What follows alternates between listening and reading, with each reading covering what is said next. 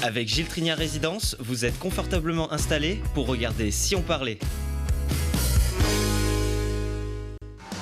L'entrepôt du bricolage, filiale du groupe Samsey, vous présente Si on parlait.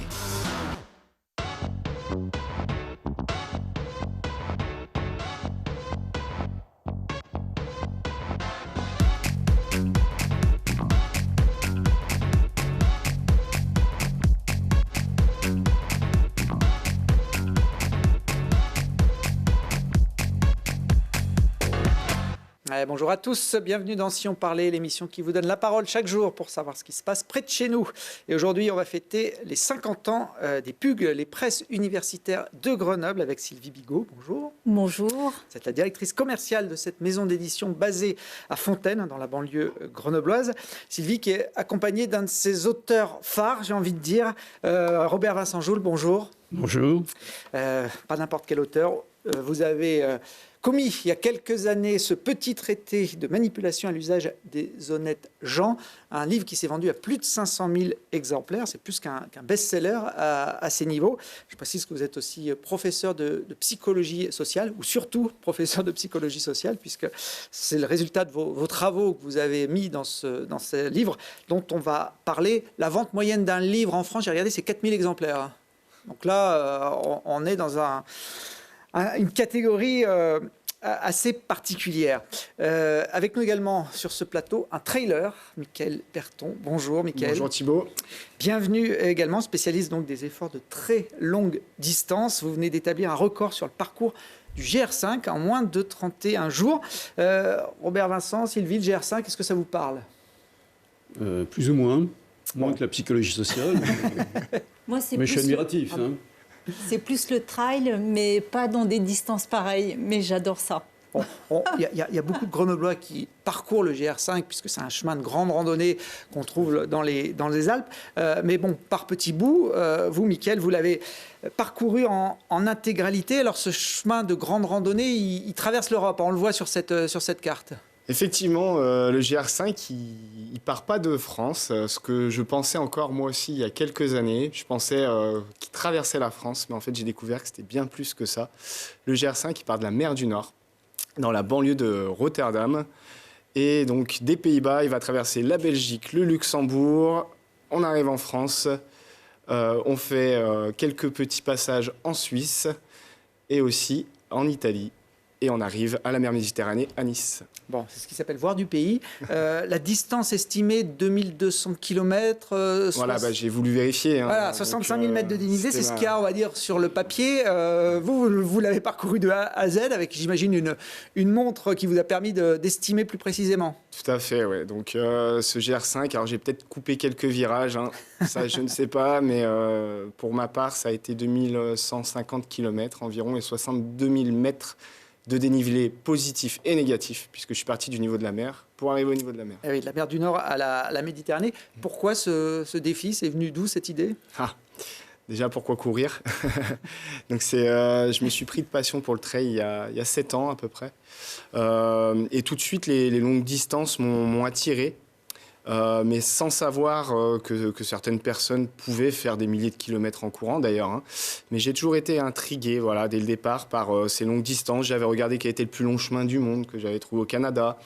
Et puis, il y a à peu près 2 ans, je me suis dit que ça y est, c'était mon tour. Et il me fallait quelque chose qui me parle. Il me fallait vraiment un chemin qui ait du sens pour moi. Et dans les Alpes, comme vous l'avez dit Thibault, on connaît pas mal le GR5, la grande traversée des Alpes.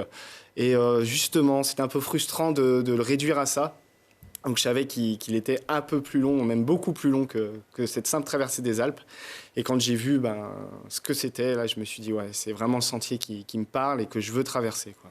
Bon, ça ne s'improvise pas comme défi. J'imagine que vous vous êtes préparé physiquement longtemps à l'avance. Voilà, oui, ça fait déjà donc quelques temps que je fais de l'ultra-trail, de la distance en montagne qui dépasse les 100 km, voire les 200 km en compétition. Et puis en dehors de ça, je fais des off. Alors ce qu'on appelle des off, c'est tout simplement se lancer des propres défis sans esprit de compétition autour. Pour traverser par exemple l'année dernière le Mercantour en intégrale, ce qui était pour moi finalement des entraînements, puisque j'avais déjà en tête ce GR5. et de savoir ce que je valais physiquement déjà sur ces distances-là de plus de 200 km. Mais c'est aussi une grosse préparation mentale. Faut surtout voir ça, c'est-à-dire de visualiser ce que l'on a envie de faire. Ça fait plusieurs mois, peut-être même années, que je visualise mon arrivée à Nice. Hein. C'est très important de prendre ça en compte, de pouvoir penser possibilités avant même de mettre des actions physiques en place. Bon, vous n'étiez pas seul sur ce projet, il faut une logistique importante, 30 jours à courir en traversant l'Europe, ça demande un petit peu d'assistance. Comment ça s'est organisé ? Eh ben, c'est ma chérie et mon papa qui ont fait l'intégralité de mon assistance. Donc, mon papa a vraiment été là à 100%. Il m'a dit, écoute, moi je suis à la retraite, j'ai du temps. C'est parti, je viens avec toi. Alors, il n'y connaissait rien à l'Ultra Trail. Heureusement, il y avait ma chérie derrière qui a pu le coacher lui en même temps qu'elle me coachait moi. Et puis, ils sont tous les deux investis à 200% parce que l'assistance, c'est aussi vraiment très, très engageant physiquement. Je pense que même s'il ne court pas toute la journée, bien que ma chérie ait beaucoup couru avec moi, elle a fait des portions avec moi, elle a dû faire 5% du GR5 avec moi quand même, c'est pas mal. Voilà, faut gérer tout ce qui est l'aspect alimentation, tout ce qui est l'aspect faire le linge, sécher les affaires, parce que j'ai pas mal eu d'affaires humides pendant ce GR5. Donc voilà, il y a toute une gestion derrière l'homme qui court. Bon, il vous suivait donc en camping-car, on le voit là d'ailleurs, ce camping-car. C'est là où vous passiez les nuits, mais il ne pouvait pas vous suivre sur les petits chemins de randonnée. Non, lui, il a dû faire plus de kilomètres que moi hein, au final. Donc c'était vraiment cette chance de pouvoir avoir mon véhicule à disposition parce que c'était tout confort pour moi, c'est ma maison, ce camping-car. Donc le soir, je rentrais un peu à la maison finalement, hein, c'était très confort. Mais évidemment, il fallait prévoir chaque soir du tracé que j'allais faire le lendemain, savoir où est-ce qu'on allait pouvoir se retrouver le midi, puisque parfois il n'y a pas de route. Donc vraiment trouver un point à peu près à tel kilomètre où se retrouver. Et puis la même chose le soir, le but étant que je sorte le moins possible de la trace du GR5. Donc voilà, c'était vraiment un défi pour eux aussi d'avoir le bon spot. De coller au parcours. Ça représente combien d'heures de course par jour ? Alors c'est entre 12 et 14 heures de course par jour. Un petit peu moins au début, sûrement plus de forme physique et puis un terrain beaucoup plus plat. Et puis vraiment au fur et à mesure des jours et de la difficulté, parce que ce qui est intéressant sur ce GR5, c'est la difficulté qui augmente, le dénivelé qui augmente plus on arrive vers les Alpes. Et puis dans les Alpes, évidemment, là on a le plus de dénivelé. Donc c'était vraiment voilà, beaucoup de kilomètres, beaucoup de dénivelé et beaucoup d'engagement. On ne s'ennuie pas à courir 12 à 14 heures par jour Mais alors pas du tout. Bon, j'avoue quand même qu'au début, dans les pays plats, comme on dit, que ce soit les Pays-Bas ou en Flandre, il faut vraiment se trouver des objectifs mentaux à atteindre toutes les heures, une motivation puisque le décor est quand même assez redondant.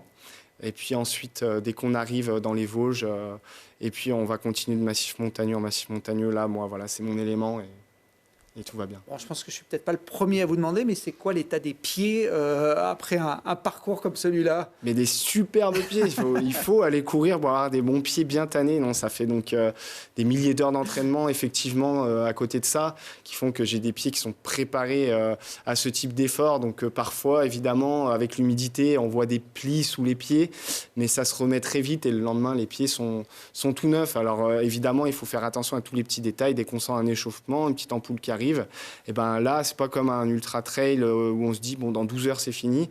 Là, il faut vraiment tout de suite prendre la chose en main, vraiment être très très très attentif à tous ces petits détails. Mais... Bon, vous êtes revenu il y a quelques jours, vous êtes en pleine forme, il n'y a pas eu de gros bobos finalement ? Alors, il y a eu des blessures, des inflammations, des tendinites. On apprend aussi à accepter la douleur tant qu'on sait qu'elle n'est pas dangereuse pour sa santé. Et ça a été le cas, j'ai eu quelques inflammations, mais aujourd'hui, tout revient à la normale petit à petit. Je dors beaucoup, voilà, une fatigue générale, je pense que le corps a besoin de récupérer. Et donc, je l'écoute, je le respecte. On fait une belle complémentarité entre lui et moi. Donc. Alors, on a vu tout à l'heure des images plutôt sur la partie plate de ce GR5. Là, je crois que c'est symboliquement le premier sommet que vous franchissez dans les Vosges. Ouais, c'est donc l'arrivée en haut du sommet du Donon, qui était pour moi en fait un vrai symbole, parce que déjà le plaisir d'enfin avoir des montagnes. Et puis, il y a 10 ans de ça, je vivais en Lorraine, puisque j'étais militaire et basé en Lorraine. Et donc, c'était un sommet que j'ai fréquenté à l'époque. Donc, j'étais très heureux de revoir cet endroit et de me dire, ça y est, là, on va enfin aller s'amuser dans les grosses bosses. Alors, vous êtes parti le 11 septembre des Pays-Bas. Septembre, c'est pas forcément la période la plus sympa au niveau climat. C'était un choix de fixer ça à l'automne? Alors, il y a les deux. Il y avait un choix quand même de venir courir après août et l'affluence d'août. Et puis de pouvoir voir ces belles couleurs d'automne évoluer, ou d'autres choses comme le brame du cerf qui m'a suivi tout le long de mon aventure, ou c'est plutôt moi qui ai suivi le brame du cerf. Donc vraiment des beaux moments en immersion dans la nature. Et puis voilà, moi je suis accompagnateur en montagne à côté, donc j'ai voulu travailler jusqu'à fin août. Et donc j'avais aussi cette obligation-là, si on veut, que je m'étais fixée. Donc voilà, départ après. Et puis aussi, j'ai fait un partenariat avec une école, l'école de mon enfance, pour amener des vidéos que je faisais pour les enfants sur le milieu naturel, pour les sensibiliser aux problématiques du réchauffement climatique, ainsi de suite. Et donc je voulais aller voir les enfants à la rentrée scolaire. Et c'est aussi ça qui a conditionné mon départ. Il y a des belles couleurs pendant l'automne, oui. Oui, je voulais savoir si on en revenait un peu différent, riche de quelque chose de plus, ou c'est tellement habituel pour vous de courir comme ça durablement que vous êtes revenu comme vous étiez parti. Alors c'est quand même quelque chose de très nouveau pour moi d'avoir fait 2200 km. Hein. Effectivement, j'avais l'habitude de faire des distances de plusieurs centaines de kilomètres, mais c'est un vrai pèlerinage intérieur. J'en ressors avec encore plus, l'idée qu'on peut penser possibilité et réussir. Voilà, je dis souvent, faut vivre ses rêves et pas rêver sa vie. C'est ce que j'ai l'impression de faire, et donc ça m'emplit forcément d'une énergie supplémentaire. L'automne, il y a des belles couleurs, mais il y a aussi parfois un petit peu de pluie, vous allez voir.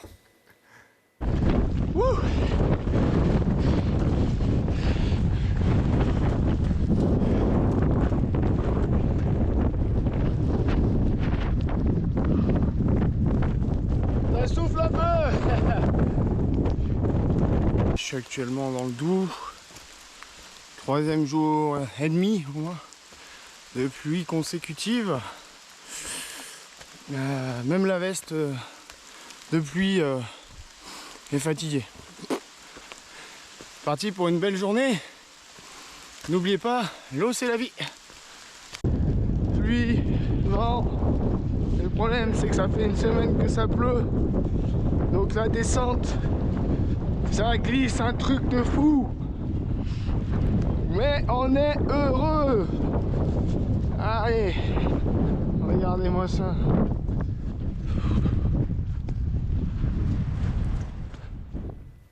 Ah, ça donne envie, hein. Et on a conscience de faire un exploit ou pas? Non, je pense pas. Non. Vraiment, je me sens pas surhumain. Je vois pas d'extraordinaire là-dedans. Comme je dis, on vient à ça, on fait pas ça du jour au lendemain. Et puis on a aussi une équipe derrière soi. Voilà, comme je dis, ce projet GR5, cette réussite, je la dois aussi à ma chérie et mon papa qui m'ont accompagné tout du long. Donc voilà, je me prends pas pour un super-héros et je crois pas qu'on en soit. Bon, il n'y a pas eu que la pluie parmi les intempéries. Il y a eu de la neige aussi sur certaines parties du parcours, notamment vers Chamonix. Ouais, la montée au Brévent, là, face au Mont Blanc, vraiment une partie magnifique. Mais alors, qu'est-ce qu'on en a bavé. On ne s'attendait pas à en avoir jusqu'aux genoux comme ça. Donc ça a été un grand moment et ce sera un grand souvenir de ce GR5, cette montée au Brévent. Ouais. Alors vous avez tout filmé avec votre GoPro, puisque vous étiez seul sur l'intégralité du parcours, mais on le voit là, il y a eu quand même de temps en temps des coureurs qui vous ont accompagné. Oui, complètement. C'est vraiment aussi ce que je retiens de cette aventure GR5, c'est que ça a été un grand moment de partage, bien plus que ce que je m'attendais à vivre, puisque énormément de personnes que je connaissais m'ont rejoint, des personnes parfois que je ne connais que très peu, même d'ailleurs, comme ici au Brévent, Sertan, qui est un ami turc qui court la Chartreuse Terminorum avec moi chaque année. Et on se voit qu'une fois par an. Et il ne m'avait pas prévenu. Et je l'ai trouvé en haut, dans cette montagne enneigée au col du Brévent, à me faire un coucou. J'ai trouvé ça complètement dingue, quoi. Et donc c'était vraiment un grand moment de partage, GR5 aussi. Vous parliez de l'itinéraire, 2200 km. Alors c'est balisé le GR5 avec les sigles rouges et blancs, mais est-ce que parfois on se perd? Là, on vous voit par exemple dans un terrain où on a du mal à trouver un sentier. Ouais, bah ça, c'est les fameux pierriers du Mercantour, hein, donc les fameux pierriers du Mercantour, comme on en a en Belledonne, en Isère. Parfois, on ne trouve plus le sentier, il faut vraiment chercher la trace de peinture. Hein. Mais globalement, j'ai été surpris de la qualité du balisage, et je remercie que ce soit la Fédération française de randonnée en France, mais aussi les autres fédérations des pays que j'ai traversés pour la qualité du balisage. J'ai été surpris d'avoir un aussi bon balisage sur 2200 km quand même. Bon, vous êtes isérois, Michael, est-ce que le GR5 passe en Isère? Un de mes grands regrets, il va falloir qu'on fasse quelque chose avec la Fédération française de randonnée, puisqu'on ne met pas les pieds en Isère sur ce GR5. Bon, donc vous n'avez pas été tenté de rentrer à la maison en passant dans les Alpes?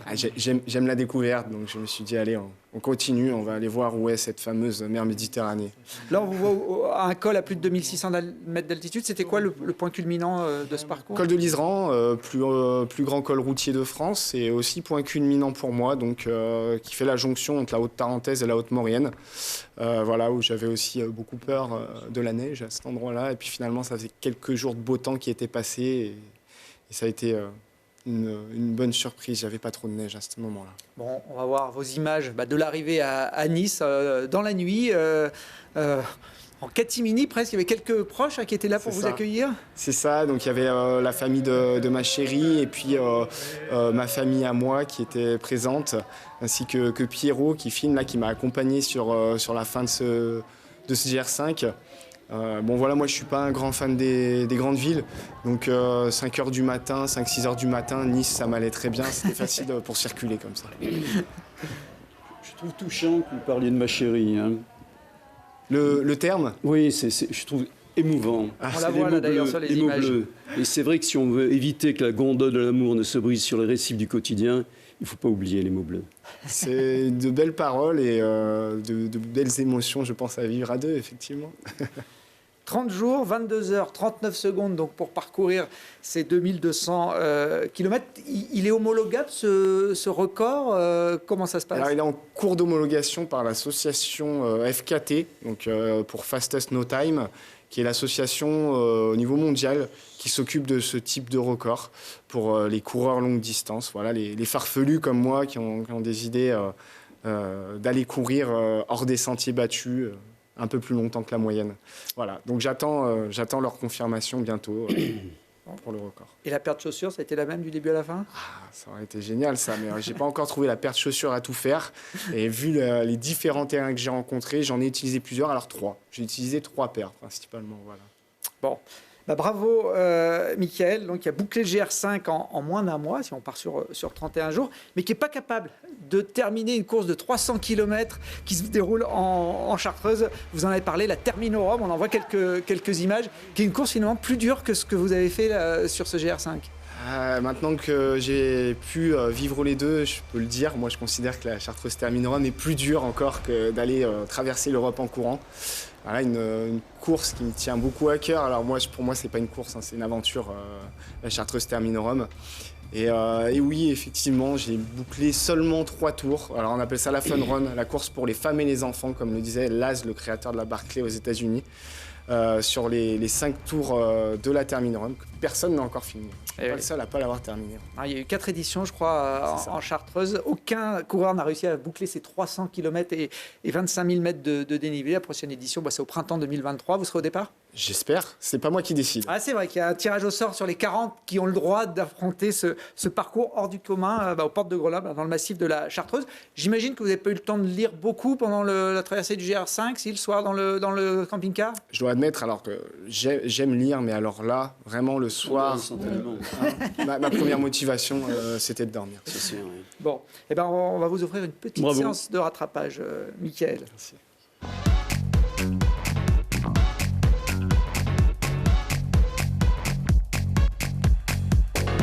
Et on ouvre une petite page littérature à l'occasion des 50 ans des PUG. Alors les PUG, c'est les presses universitaires de Grenoble, qui est une maison d'édition basée ici dans l'agglomération grenobloise. Hein.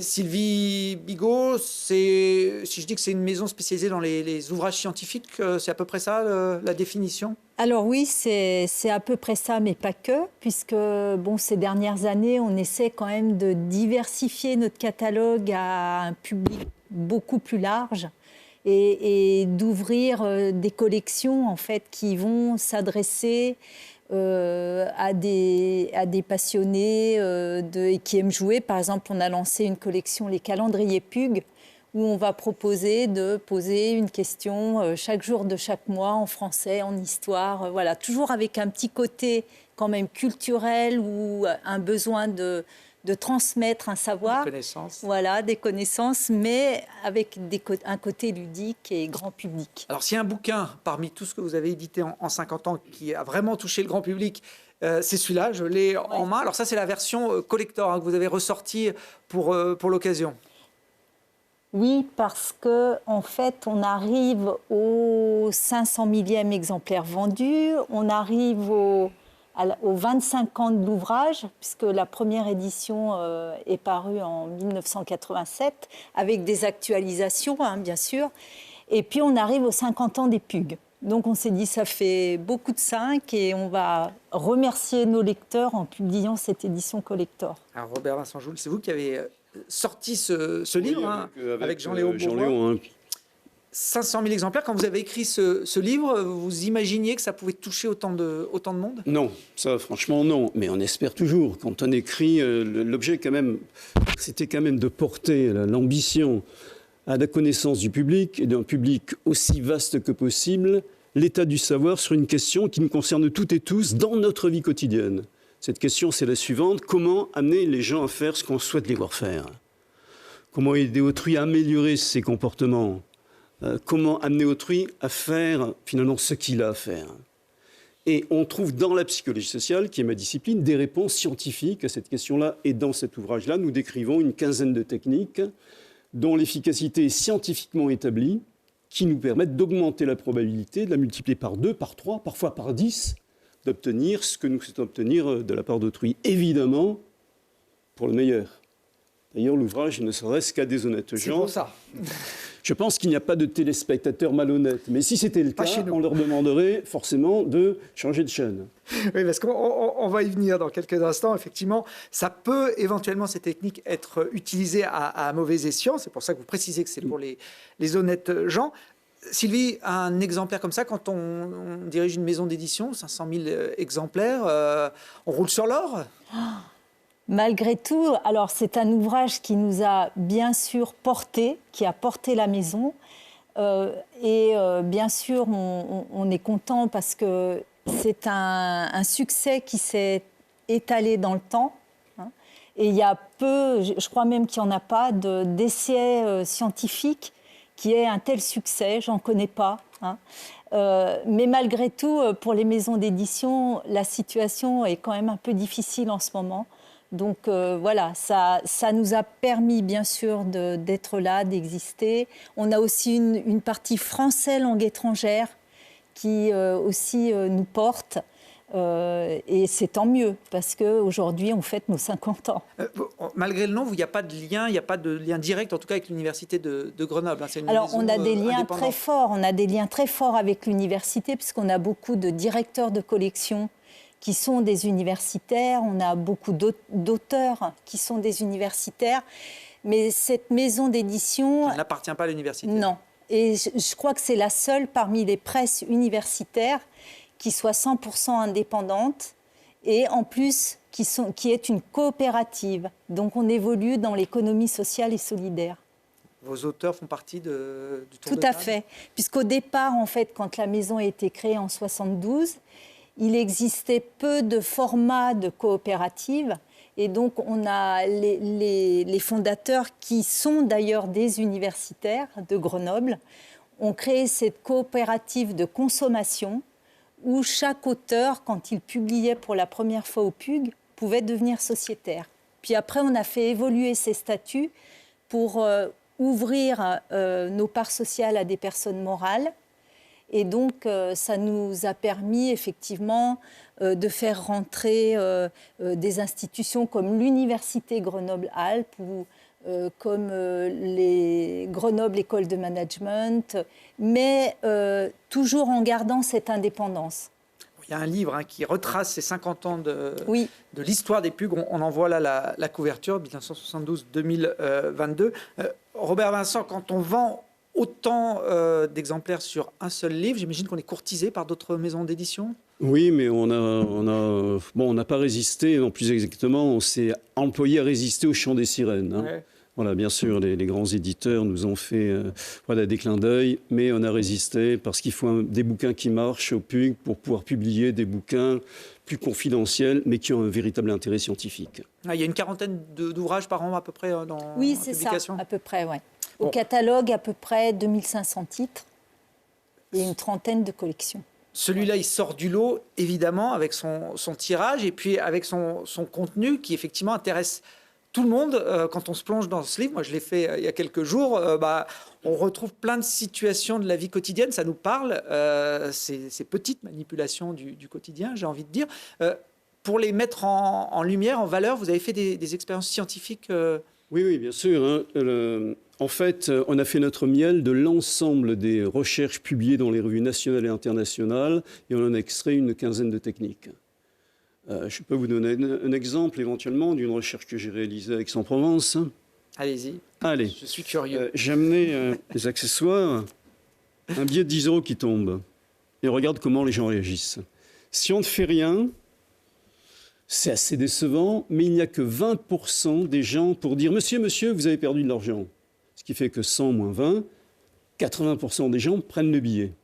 C'est assez peu satisfaisant. Mais regardez comme il est facile, en utilisant une des techniques décrites dans le bouquin, d'augmenter la probabilité sans demander à la personne quoi que ce soit, parce qu'on ne va pas lui dire « Auriez-vous la gentillesse de me faire savoir que j'ai perdu de l'argent ?» Mais il reste on sait que c'est cette question-là que la personne nous poserait si on perd de l'argent, bien entendu. Alors regardez, préalablement, un Anglais était dans notre laboratoire à cette époque-là, et il devait dire à quelqu'un qui prenait une ruelle « Sorry, le cours Mirabeau ». Donc il demandait un renseignement. C'est tout. Ce qu'on appelle un acte préparatoire, un premier pas dans la bonne direction, parce que rendant ce renseignement, il est serviable. Et voilà une petite lampe qui s'allume, je suis serviable. L'Anglais partait dans la direction indiquée, et la personne continuait son chemin. Et un peu plus loin, elle était le témoin de la perte de ce billet de 10 €. Cette fois, c'est plus 20%, mais 40%, qui spontanément, en quelque sorte, librement, « Monsieur, vous avez perdu de l'argent ». Pour la même action. Oui, pour exactement la même action. Et encore une fois, c'est pas pareil. C'est pas celui qui perd le billet qui demande le renseignement. Mais on peut faire beaucoup mieux. Il suffit d'augmenter le coût de l'acte préparatoire. Là, c'est simplement expliquer ou le cours Mirabeau. Si on demande à la personne de se déplacer pour être mis dans la bonne direction, ce que fait la personne, merci, et puis elle revient, prend la ruelle, un peu plus loin, voilà quelqu'un qui perd un billet de banque. Cette fois, c'est 55%, parce que la ville lui a montré qu'elle était serviable. Tout se passe comme si la lampe, elle brillait un peu plus. Mais si on allume le feu, parce que pour l'instant, c'est de l'auto-allumage, avec un simple mot, c'est une autre condition expérimentale. Excusez-moi le cours Mirabeau, vous pouvez me montrer où c'est. Et puis, au lieu simplement de dire merci, cette fois, la personne dit « J'ai eu de la chance de tomber sur quelqu'un de serviable ». Donc, elle va rendre saillante la cognition dont on attend les faits. Et jamais personne n'a dit « Non, monsieur, je suis une ordure ». Donc, la personne accepte ce trait de caractère et revient sur ses pas, et un peu plus loin, 200 mètres plus loin, elle est le témoin de la perte d'un billet de banque. Cette fois, on arrive à 90%. Vous voyez, 20, spontanément, 40, lorsqu'on a donné un renseignement, 55 lorsqu'on s'est déplacé, et si on s'est déplacé plus, j'ai eu de la chance de tomber sur quelqu'un de sérieux comme vous, on arrive à 90%. Vous voyez, c'est assez remarquable. Comme quoi, et d'ailleurs, vous ne me direz pas le contraire, les plus grands voyages commencent par un premier pas. Eh bien, c'est tout l'intérêt des actes préparatoires. Ce premier pas, qu'on obtient en général dans 100% des cas, va inscrire la personne dans un cours d'action qui va, le moment venu, l'amener à faire ce qu'on attend d'elle. Et ce qui est formidable, c'est que si on demande aux gens pourquoi ils l'ont fait, vous étiez observé, laboratoire de psychologie sociale, parce qu'actuellement, dans les rues d'Aix, On regarde comment les gens réagissent lorsqu'ils sont le témoin de la perte d'un billet. Pourquoi vous avez réagi comme ça alors que 80% des actions ont gardé l'argent pour eux? Les gens vont dire, mais qu'est-ce que c'est cette question? Je suis comme ça. C'est moi. C'est naturel. Ne changez rien, c'est naturel. Ne changez rien.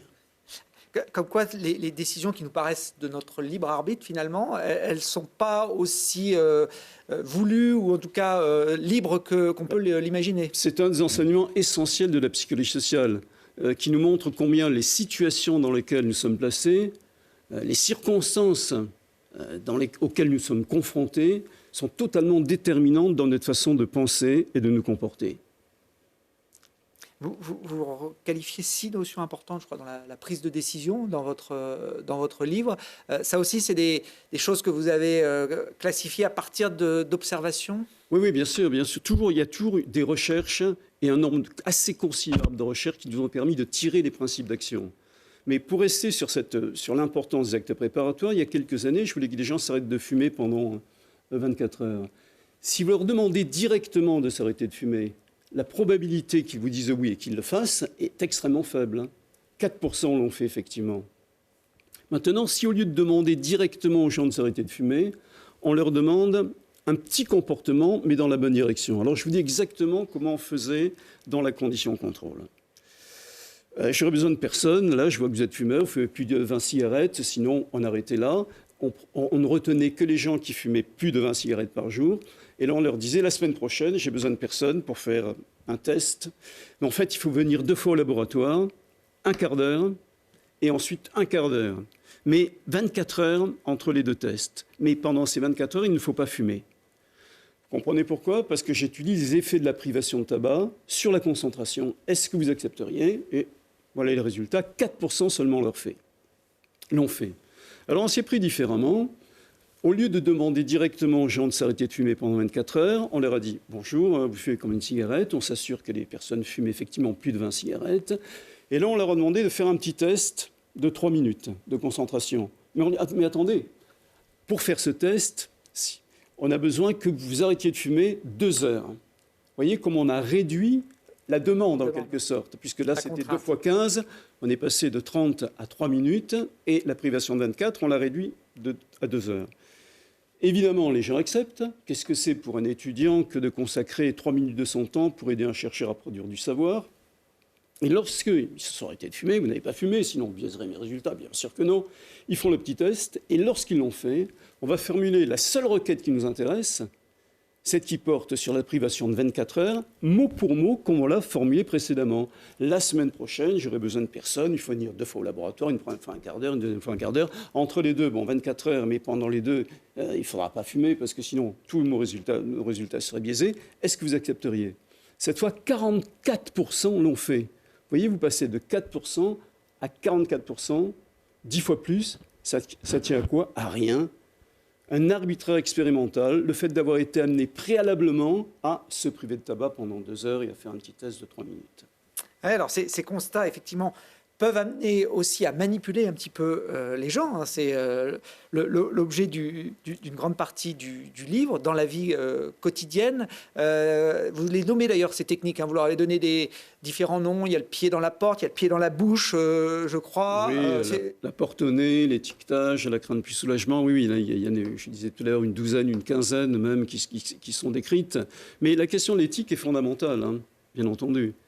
Mais j'ai envie de dire que c'est vrai pour tout savoir. De tout savoir, on peut en faire le meilleur et le pire. Prenez E égale MC2, la célèbre formule d'Einstein. Oppenheimer en a fait la bombe atomique. C'est pas pour ça qu'on va mettre la formule au panier. Voilà, c'est là qu'intervient l'éthique. Il faut se poser la question, la cause au service de laquelle je mets le savoir disponible en mouvement, est-ce qu'elle est répréhensible? Sinon, si oui. Si elle est répréhensible, il ne faut pas aller plus loin. Et ensuite, il y a les moyens que l'on utilise. Est-ce que les moyens que j'utilise sont répréhensibles? Je vais prendre un exemple. Entre 2 stratégies, une qui relève vraiment de la manipulation au sens le plus fort du terme. Recourir à des moyens détournés pour arriver à ses fins. Et puis une autre qui n'est pas du tout manipulatoire, et vous me direz laquelle finalement est la plus éthique. Bon, c'est le cas du papa qui fait manger son petit garçon qui a 3 ans. et qui refuse de manger sa soupe. Il y a une technique qui n'est pas du tout manipulatoire, qui consiste à dire si tu ne manges pas ta soupe, tu as 2 gifles. Bon, là, il n'y a pas de manipulation.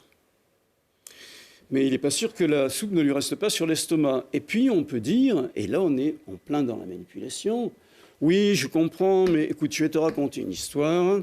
J'ai eu le lion là, de la savane au téléphone cet après-midi, il n'a pas mangé depuis 3 jours. Il a une faim abominable. Alors, combien tu veux lui donner? La moitié d'une cuillère, une cuillère, et puis c'est la grand-mère, et puis c'est le chat, etc. On l'a tous fait. Donc, je reviens à mes 2 questions. Est-ce que la cause que je sers est répréhensible? Nourrir son fils? Non. Est-ce que les moyens que j'utilise sont répréhensibles? Raconter une histoire? Non. Alors on peut y aller. Alors que si tu ne manges pas ta soupe, tu as 2 gifles, là c'est tout autre chose. Donc la manipulation peut avoir un bon côté si on, Bien sûr, si on l'emploie, on va dire, à bon escient. Mais vous avez vu que dans la rue, ça nous a permis d'augmenter la probabilité que les gens soient honnêtes. Parce que ces 10 € peut-être que pour celui qui le perd, c'est le repas des enfants. Il en allait de la qualité de la vie sociale. Vous, aujourd'hui, vous êtes manipulable Peut-être un peu moins que d'autres.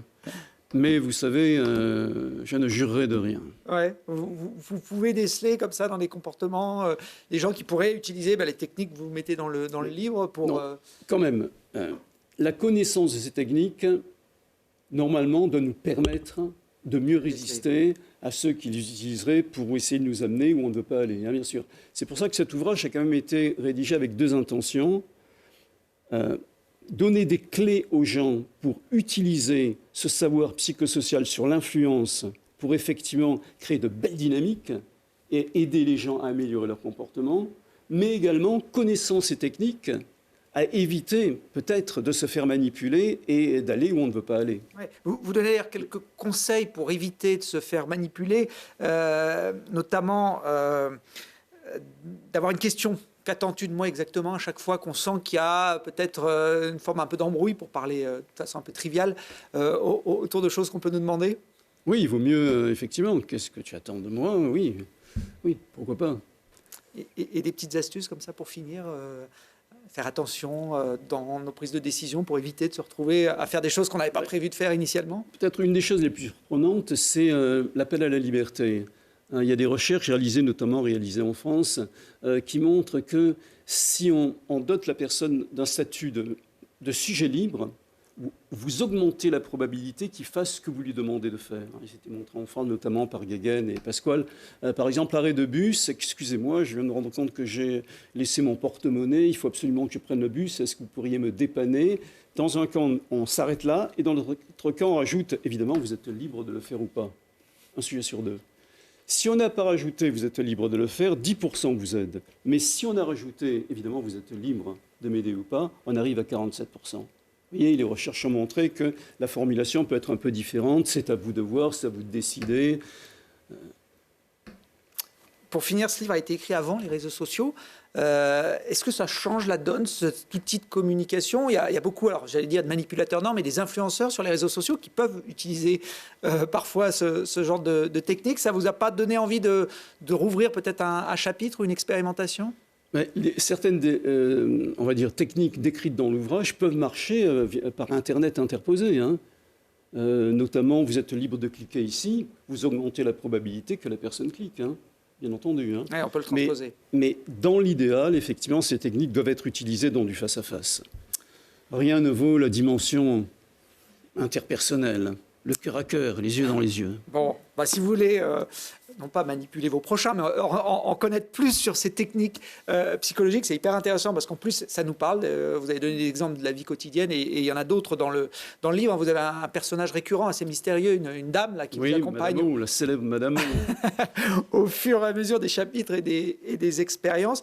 Cette édition, Sylvie, on peut la trouver dans le commerce? En librairie, dans toutes les librairies, à partir de demain, du 20 octobre. Eh bien, très bien. Donc, ça, on va monter à plus de 500 000 exemplaires au final avec cette nouvelle réédition. Merci beaucoup, en tout cas. Merci à vous et merci aux lecteurs du Petit Traité. Et puis, bravo pour votre expérience. N'oubliez pas de récupérer vos 10 €. Je ne veux pas faire partie des 20% qui les prendraient en douce sans rien dire. Merci, Mickaël, aussi. Et bonne continuation pour vos prochains exploits. Nous, on se retrouve très vite pour d'autres aventures sur ce plateau. Merci, Thibault.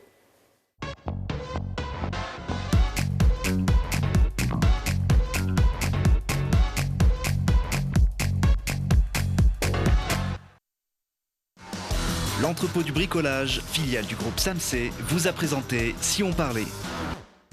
Vous avez profité de Si on parlait avec Gilles Trigna Résidence.